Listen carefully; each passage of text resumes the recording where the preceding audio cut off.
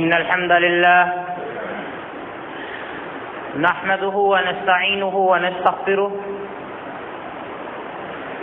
ونعوذ بالله من شرور أنفسنا ومن سيئات أعمالنا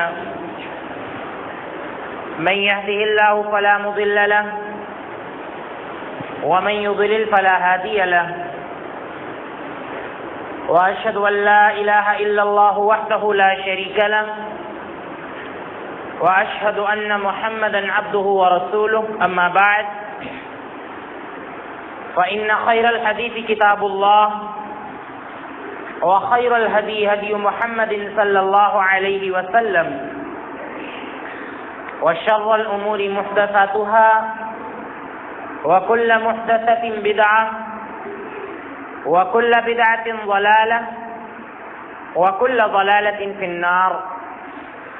أعوذ بالله من الشيطان الرجيم. بسم الله الرحمن الرحيم. إنا أعطيناك الكوثر فصل لربك وانحر إن شانئك هو الأبتر. وعن أنس بن مالك رضي الله عنه قال قال رسول الله صلى الله عليه وسلم أنا أكثر الأنبياء تبعا وأنا أول من يقرع باب الجنة. رواہ مسلم.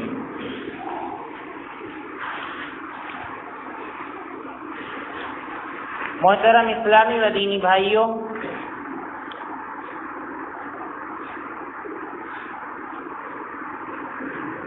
قرآن کریم کے اندر جو کچھ موجود ہے نبی صلی اللہ علیہ وسلم اس کی عملی تفسیر تھے، یعنی قرآن کریم کی ساری باتوں پر نبی صلی اللہ علیہ وسلم عمل پیرا تھے،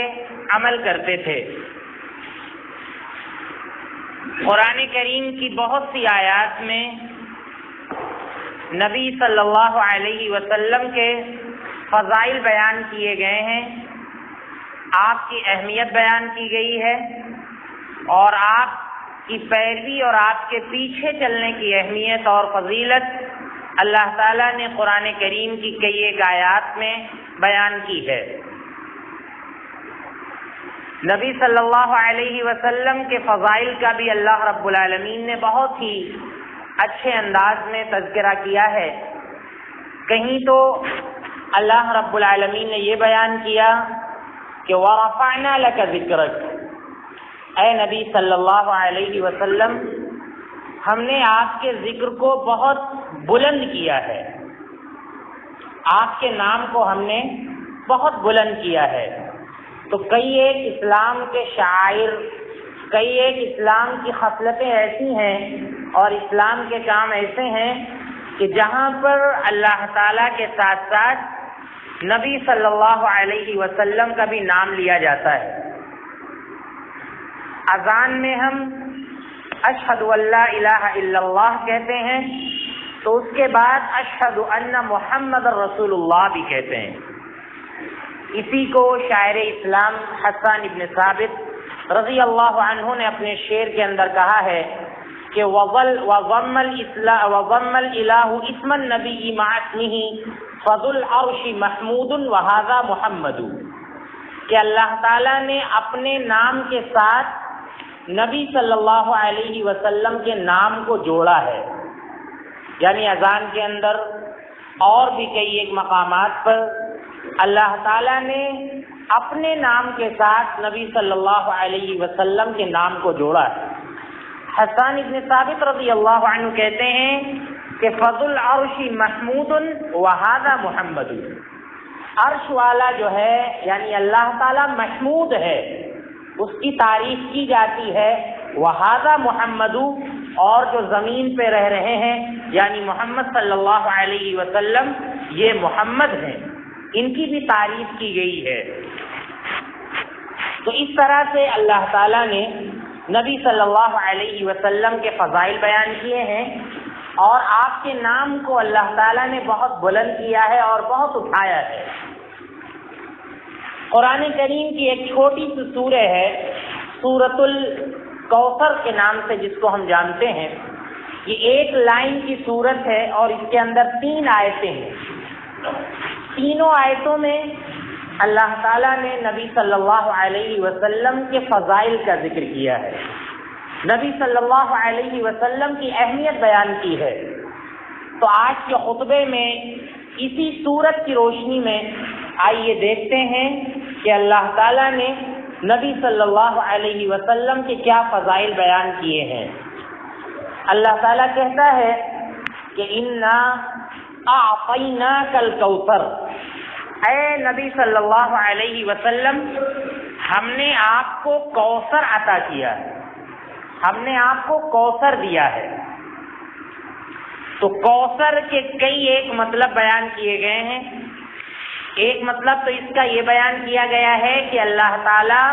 آخرت میں نبی صلی اللہ علیہ وسلم کو حوض کوثر عطا کرے گا،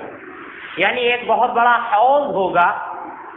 وہاں پر اللہ کے نبی صلی اللہ علیہ وسلم بیٹھ کر اپنے امتیوں کو جام پلائیں گے۔ حوض کوثر کا جام، شراب، نبی صلی اللہ علیہ وسلم اپنے امتیوں کو پلائیں گے، جیسا کہ حدیث کے اندر اس کا ذکر ملتا ہے۔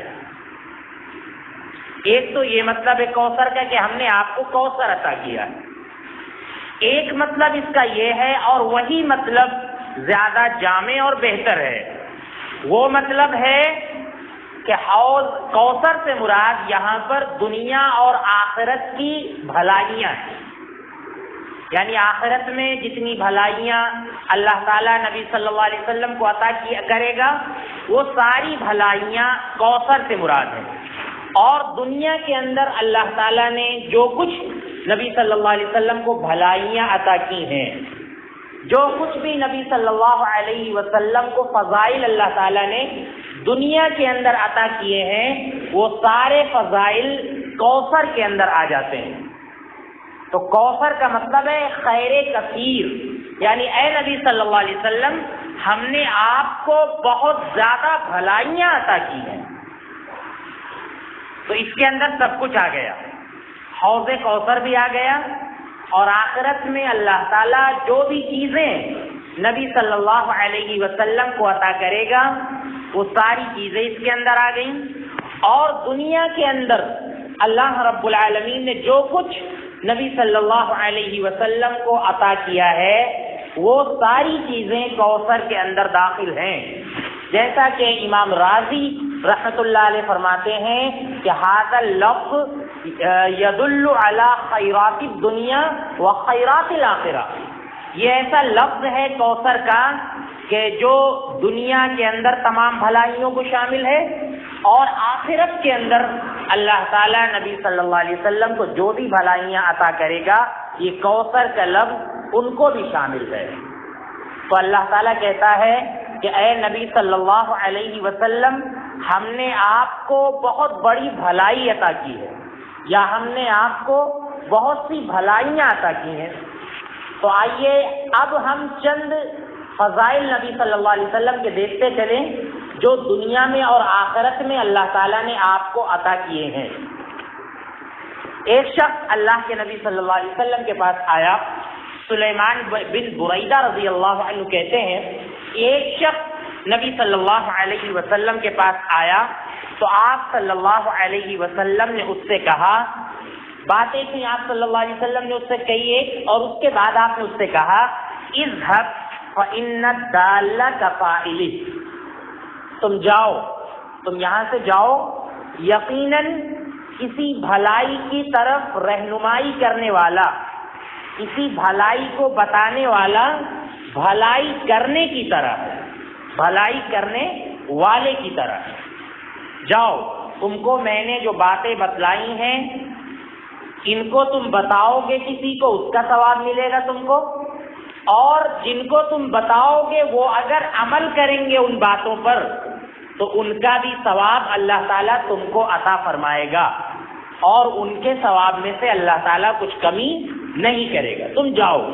جا کر ان باتوں کی تبلیغ کرو۔ تو اس حدیث کے اندر اللہ کے نبی صلی اللہ علیہ وسلم نے فرمایا کہ بھلائی کو بتانے والا، بھلائی کی طرف رہنمائی کرنے والا، بھلائی کرنے والے کی طرح۔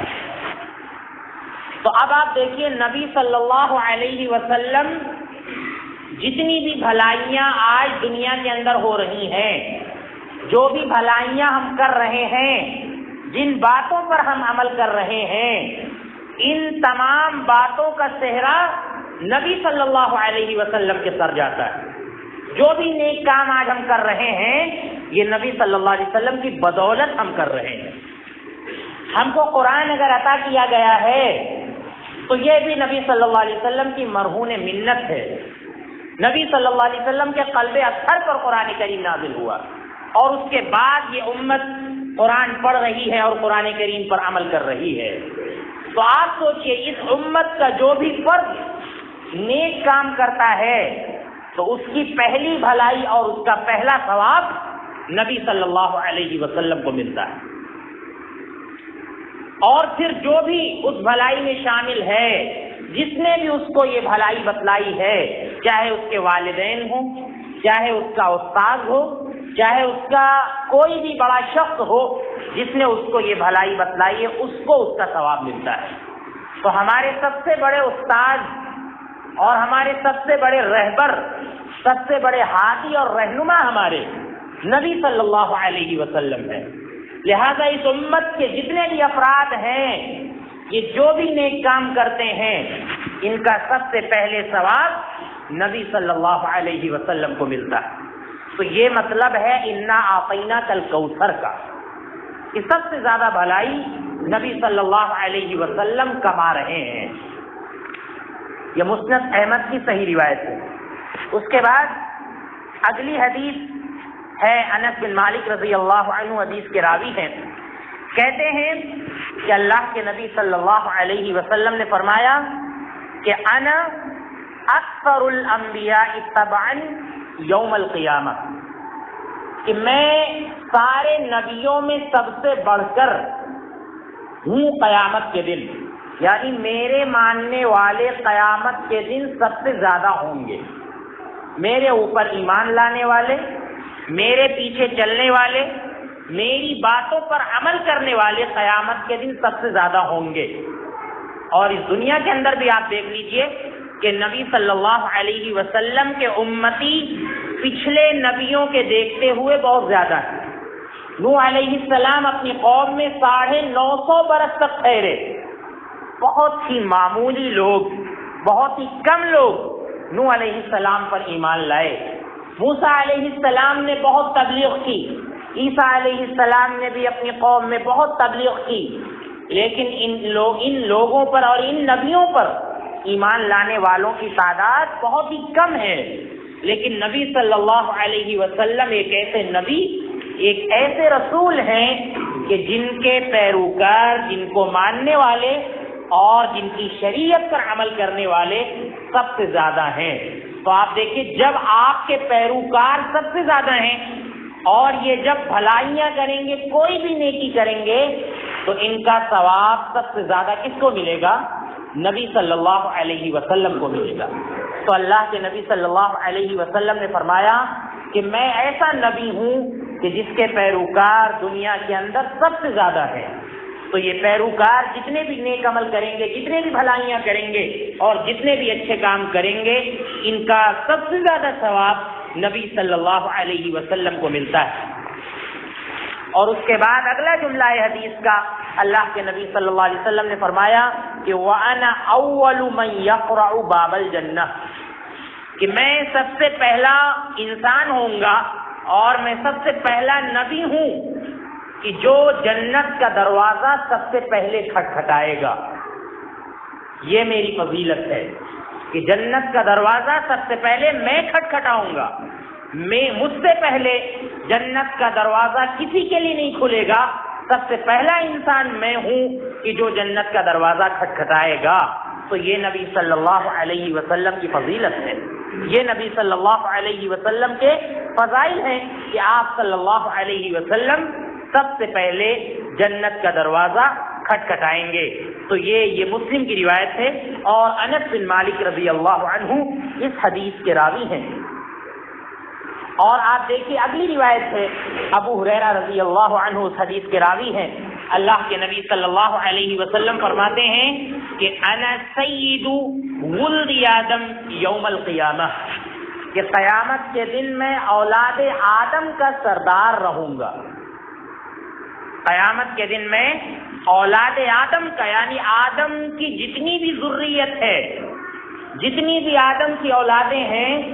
قیامت کے دن میں سب کا سردار رہوں گا. اسی سے آپ کو کہا جاتا ہے سید الانبیاء، کیونکہ اولاد آدم بھی میں تمام نبی بھی آ گئے، انبیاء بھی آ گئے. تو اللہ کے نبی صلی اللہ علیہ وسلم قیامت کے دن تمام نبیوں کے سردار ہوں گے، تمام رسولوں کے سردار ہوں گے، تمام امتیوں کے سردار ہوں گے. اللہ کے نبی صلی اللہ علیہ وسلم سے بڑا انسان، بڑا سردار آخرت میں قیامت کے دن کوئی نہیں ہوگا. یہ نبی صلی اللہ علیہ وسلم کی فضیلت ہے. اور اگلی بات اللہ کے نبی صلی اللہ علیہ وسلم نے فرمایا کہ وَأَنَا أَوَّلُ مَن يَنشَقُّ عَنْهُ الْقَبْرُ، اور میں سب سے پہلا انسان ہوں کہ جس کی قبر پھٹے گی. سب سے پہلے میرا حشر ہوگا. یعنی جب اللہ تعالیٰ کے حکم سے جب فرشتہ سور پھونکے گا اور تمام لوگ اپنی اپنی قبروں سے اٹھیں گے، تو اللہ کے نبی صلی اللہ علیہ وسلم فرماتے ہیں کہ سب سے پہلے میری قبر پھٹے گی اور میں قبر سے اٹھوں گا. یہ نبی صلی اللہ علیہ وسلم کی فضیلت ہے کہ آپ کو سب سے پہلے اٹھایا جائے گا اور آپ کا حشر سب سے پہلے ہوگا. یہ نبی صلی اللہ علیہ وسلم کی فضیلت ہے. اور اس کے بعد اللہ کے نبی صلی اللہ علیہ وسلم نے فرمایا کہ وَأَوَّلُ شَافِعٍ وَأَوَّلُ مُشَفَّعٍ، اور قیامت میں، آخرت میں سب سے پہلے مجھ کو سفارش کی اجازت ملے گی. سب سے پہلے سفارش کرنے والا میں ہوں گا. اور وَأَوَّلُ مُشَفَّعٍ، اور سب سے پہلے اللہ تعالیٰ میری سفارش کو سنے گا. جیسا کہ کئی بار یہ بات آ چکی ہے کہ سارے جب انبیاء انکار کر دیں گے، سارے امتی اللہ کے نبی صلی اللہ علیہ وسلم کے پاس آئیں گے، اس وقت اللہ رب العزت بہت جلال میں ہوگا اور اللہ رب العالمین کے سامنے کسی کو کلام کی ہمت نہیں ہوگی. اللہ کے نبی صلی اللہ علیہ وسلم سجدے میں چلے جائیں گے اور اللہ کے نبی صلی اللہ علیہ وسلم فرماتے ہیں کہ میں اللہ رب العزت کی ایسی تعریف کروں گا اور اتنی زیادہ تعریف کروں گا کہ آج تک میں نے ویسی تعریف اللہ کی کبھی نہیں کی ہوگی اور اتنی زیادہ تعریف اللہ تعالیٰ کی کبھی نہیں کی ہوگی. اور سجدے میں چلا جاؤں گا. اس کے بعد اللہ رب العزت مجھ کو سفارش کی اجازت دے گا اور کہے گا کہ اے محمد، یا محمد ارفع رأسک، اے محمد صلی اللہ علیہ وسلم آپ اپنا سر اٹھائیے. سل تعطا، آپ مانگیے آپ کو عطا کیا جائے گا. واشفع تشفع، آپ سفارش کیجئے آپ کی سفارش کو قبول کیا جائے گا. آپ کی سفارش سے لوگوں کو جنت میں داخل کیا جائے گا. اے نبی صلی اللہ علیہ وسلم آپ لوگوں کے لیے سفارش کریے، سفارش کیجئے. تو نبی صلی اللہ علیہ وسلم سفارش کریں گے. اور آپ صلی اللہ علیہ وسلم کس چیز کی سفارش کریں گے، کس بات کی سفارش کریں گے؟ اللہ کے نبی صلی اللہ علیہ وسلم سفارش کریں گے کہ اے اللہ تو میری امت کو بخش دے، اے اللہ تو میری امت کو معاف کر دے. اللہ کے نبی صلی اللہ علیہ وسلم اس بات کی سفارش کریں گے. پوری زندگی اللہ کے نبی صلی اللہ علیہ وسلم جب تک اس دنیا میں رہے، آپ کو اپنی امت کا قلق تھا، اپنی امت کا غم تھا، اور ایسا معلوم ہو رہا تھا کہ نبی صلی اللہ علیہ وسلم اپنی امتیوں کے پیچھے اپنے آپ کو ہلاک کر لیں گے. اس بات کا ذکر اللہ رب العالمین نے قرآن کریم کے اندر کیا ہے کہ اے نبی صلی اللہ علیہ وسلم آپ کے اندر جو امت کی تڑپ ہے اور آپ کے اندر جو حرص اور لالچ ہے، اس کو دیکھ کے ایسا لگ رہا ہے کہ اے نبی صلی اللہ علیہ وسلم آپ اپنے آپ کو ان کے پیچھے ہلاک کر لیں گے. پوری زندگی آپ صلی اللہ علیہ وسلم کو اپنے امتیوں کی فکر تھی. اور صحابی فرماتے ہیں کہ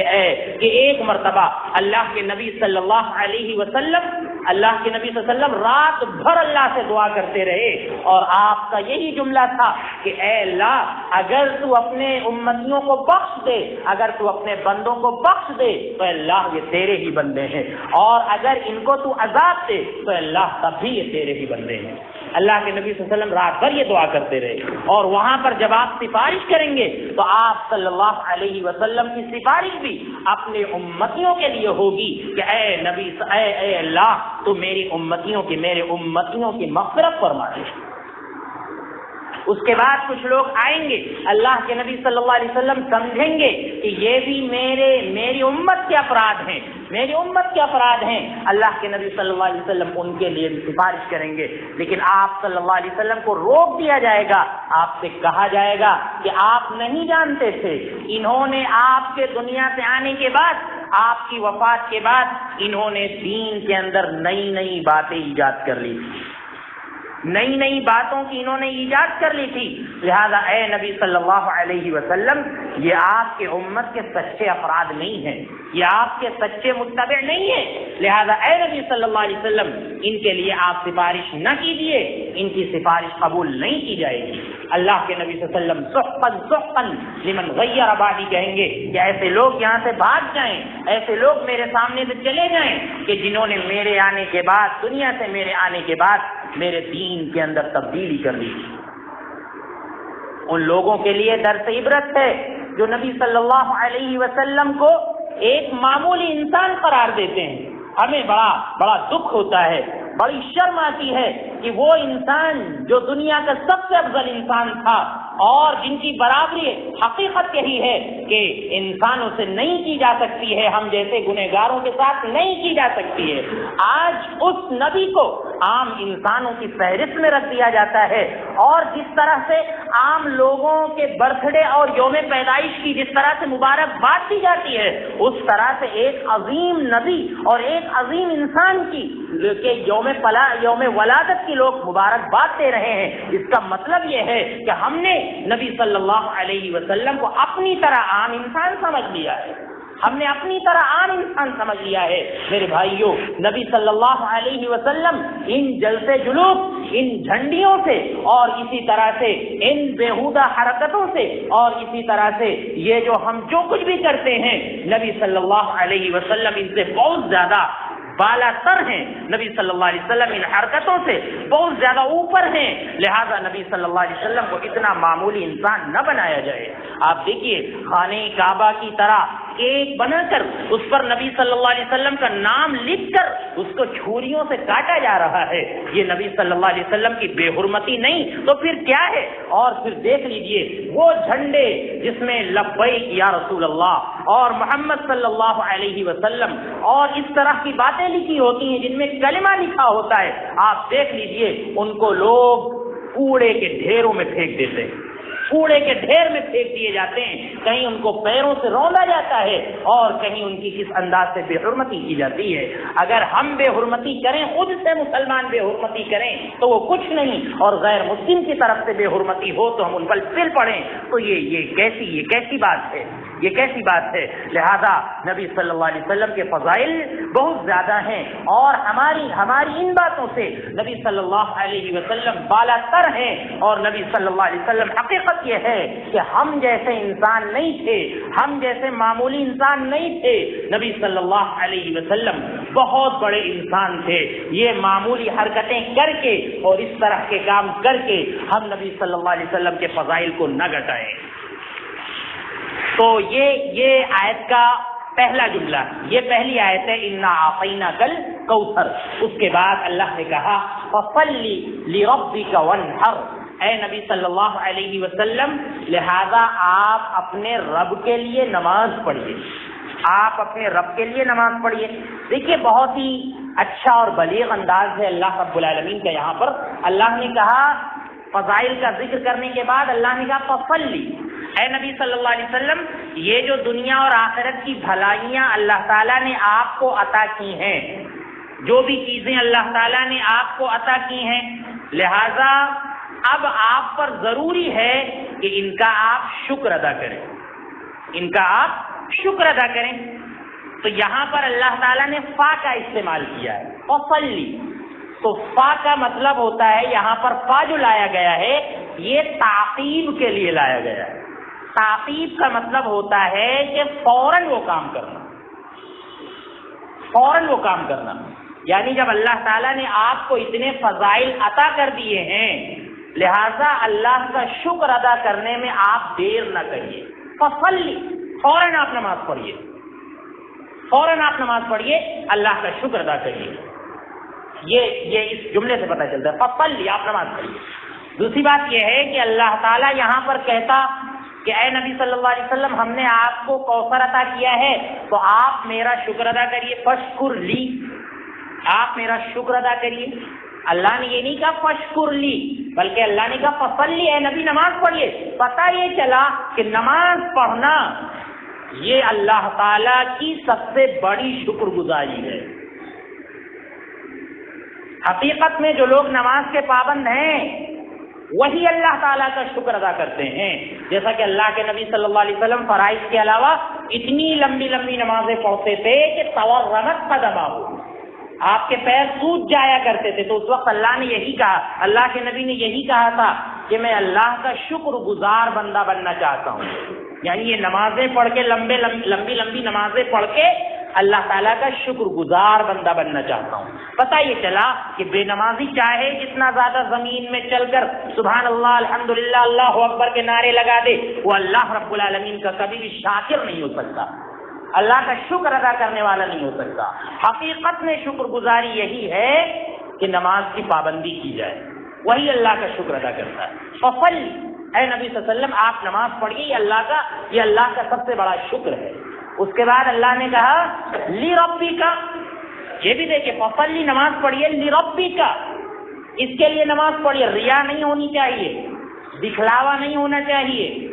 کسی بھی قسم کا اس کے اندر فساد نہیں ہونا چاہیے نماز میں کہ نیت میں فساد ہو، نہیں، لی ربی کا، کس کے لیے نماز پڑھیے؟ اپنے رب کے لیے نماز پڑھیے۔ پتہ یہ چلا کہ نماز کے اندر دکھلاوا بھی ہوتا ہے، ریاکاری بھی ہوتی، جیسا کہ منافق کرتے تھے۔ یہاں پر اللہ کے نبی صلی اللہ علیہ وسلم کو اور آپ کے ذریعے پوری امت کو اللہ تعالیٰ نے یہ پیغام دیا ہے کہ فصلی لربک، اپنے رب کے لیے اے نبی صلی اللہ علیہ وسلم آپ نماز پڑھیے۔ اس کے بعد اللہ نے کہا وانحر، اور اے نبی صلی اللہ علیہ وسلم آپ ذبح کیجیے، قربانی کیجیے۔ دیکھیے یہ نماز کیا ہو گئی؟ بدنی عبادت جو ہم اپنے بدن سے انجام دیتے ہیں۔ اس کے بعد اللہ نے کہا وانحر، اے نبی صلی اللہ علیہ وسلم آپ ذبح کیجیے، تو یہ مالی عبادت ہے، مالی عبادت ہے، یعنی مال بھی خرچ کیجیے اور اپنے بدن سے بھی اللہ رب العالمین کا شکر ادا کریے اور اپنے مال سے بھی اللہ کا شکر ادا کیجیے۔ دوسری اہم بات یہ ہے کہ یہاں پر کہا اللہ نے وانحر، اور نحر کا مطلب ہوتا ہے اونٹ ذبح کرنا۔ بکری ذبح کرنے کو نہر نہیں کہتے ہیں، کوئی اور جانور ذبح کرنے کو نہر نہیں کہتے ہیں، بلکہ اونٹ ذبح کرنے کو نہر کہتے ہیں۔ تو یہاں سے مفسرین نے ایک باریک نقطہ یہ بیان کیا ہے کہ اونٹ ذبح کرنے کے لیے اللہ نے اس لیے کہا کہ جب انسان اونٹ ذبح کرے گا اس کا گوشت بکرے سے اور چھوٹے جانوروں سے کہیں زیادہ ہوگا، تو زیادہ سے زیادہ غریبوں کو کھلا سکتا ہے، زیادہ سے زیادہ مسکینوں میں بانٹ سکتا ہے، اور بکرا اگر ذبح کرے گا تو بہت ہی معمولی بانٹے گا، کچھ لوگوں کو بانٹے گا، تھوڑا بانٹے گا۔ لیکن یہاں پر نہر کا ذکر اللہ رب العالمین نے کر کے یہ پیغام دینا چاہا ہے کہ زیادہ سے زیادہ مسکینوں پر آپ خرچ کریے۔ تو یہ دیکھیے یہ انسان کی فطرت ہے، جانوروں کو ذبح کرنا اور اس کا گوشت کھانا، یہ فطرت ہے انسان کی، اور اسلام ایک فطری دین ہے جس کا ذکر اللہ تعالیٰ نے قرآن کریم کے اندر کیا ہے۔ لہذا دنیا میں کتنی ہی رٹ لگائی جائے کہ جیو ہتیا نہ کی جائے یا ان کو نہ مارا جائے، ان کو نہ کاٹا جائے، یہ ساری باتیں غیر فطری ہیں۔ ایک جانور پہ آپ اگر پابندی لگا دیں جیسا کہ ایک صوبے میں لگائی گئی، پوری دنیا کا نظام درہم برہم ہو جائے گا، پوری دنیا کا نظام درہم برہم ہو جائے گا۔ 4-5 منٹ کی تکلیف میں جو یہ اللہ کو پیارے ہو جاتے ہیں، ان سے کہیں زیادہ تکلیف میں ان جانوروں کو مرنا پڑتا ہے اور مرنا پڑ رہا ہے، جیسا کہ ہم دیکھ رہے ہیں۔ یہ خود ایکسیڈنٹ میں مرتے ہیں اور نہ جانے کتنوں کی موتوں کا سبب بنتے ہیں، کہیں ان کو چیل، کوے اور کتے نوچ رہے ہیں ان جانوروں کو۔ تو یہ اللہ کی فطرت ہے، اور گوشت کھانا، گوشت خوری، یہ بہت محبوب عمل ہے اور اس کا ذکر اللہ رب العالمین نے قرآن کریم کے اندر کیا ہے، اور یہاں بھی اللہ رب العالمین نے کیا ہے کہ وَانْحَرْ، اے نبی صلی اللہ علیہ وسلم آپ ذبح کیجئے، قربانی کیجئے اور لوگوں کو کھلائیے، گوشت کھلائیے، اس کو تقسیم کریے۔ اور اس کے بعد تیسری آیت ہے اس سورت کی، اللہ رب العالمین نے کہا کہ اِنَّ شَانِئَكَ هُوَ الْأَبْتَرُ۔ شانی بولتے ہیں دشمن کو، شانی بولتے ہیں دشمن کو۔ اِنَّ شَانِئَكَ، اے نبی صلی اللہ علیہ وسلم بے شک آپ کا دشمن هُوَ الْأَبْتَرُ، ابتر کہتے ہیں المقطوع عن کل خیر، تمام بھلائیوں سے محروم ہو جو، اس کو کہتے ہیں ابتر۔ اے نبی صلی اللہ علیہ وسلم آپ کا دشمن ہی تمام بھلائیوں سے محروم ہے۔ تو اس آیت کے بارے میں آتا ہے کہ کچھ خاص لوگوں کے بارے میں نازل ہوئی، جیسے کعب بن اشرف، عاص بن وائل اور ابو لہب، یہ سب تھے جو نبی صلی اللہ علیہ وسلم کے بارے میں یہ کہتے تھے کہ نبی صلی اللہ علیہ وسلم تمام بھلائیوں سے محروم ہیں۔ اور بالخصوص جب نبی صلی اللہ علیہ وسلم کے گھر میں بیٹا پیدا ہوا تھا ابراہیم، اور اس کے بعد اس کا انتقال ہو گیا تھا 17-18 مہینے میں، تو ان کفار نے بڑی خوشی منائی تھی کہ نبی صلی اللہ علیہ وسلم تو نسب بریدہ ہو گیا، آپ کا نسب کٹ گیا، اب آپ کا نام لیوا کوئی نہیں بچے گا،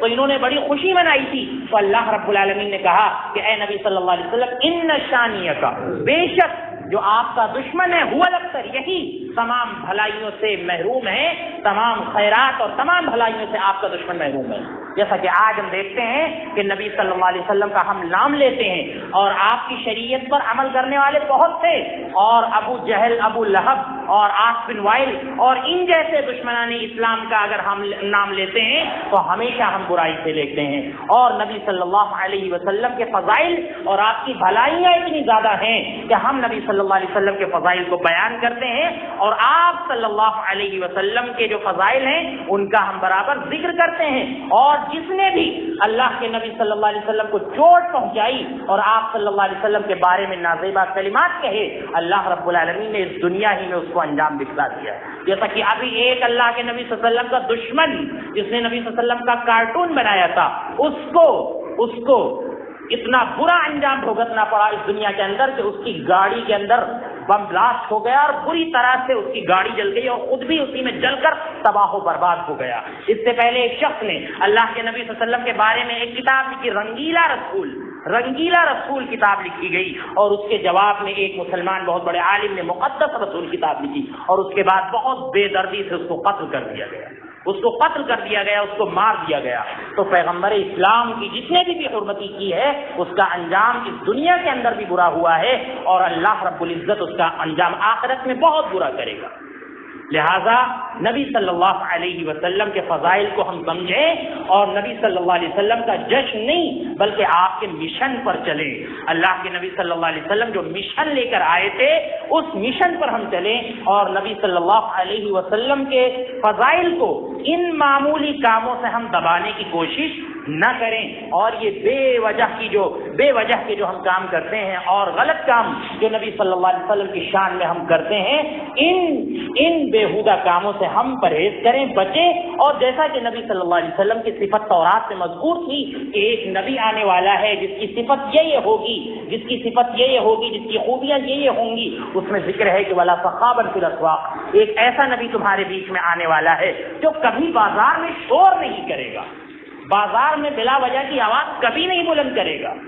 یہ اللہ کے نبی صلی اللہ علیہ وسلم کی صفت ہے، اور ہم زمانے جاہلیت کے نعرے بازاروں میں لگائیں اور اس کے بعد ہم یہ کہیں کہ ہم نبی صلی اللہ علیہ وسلم سے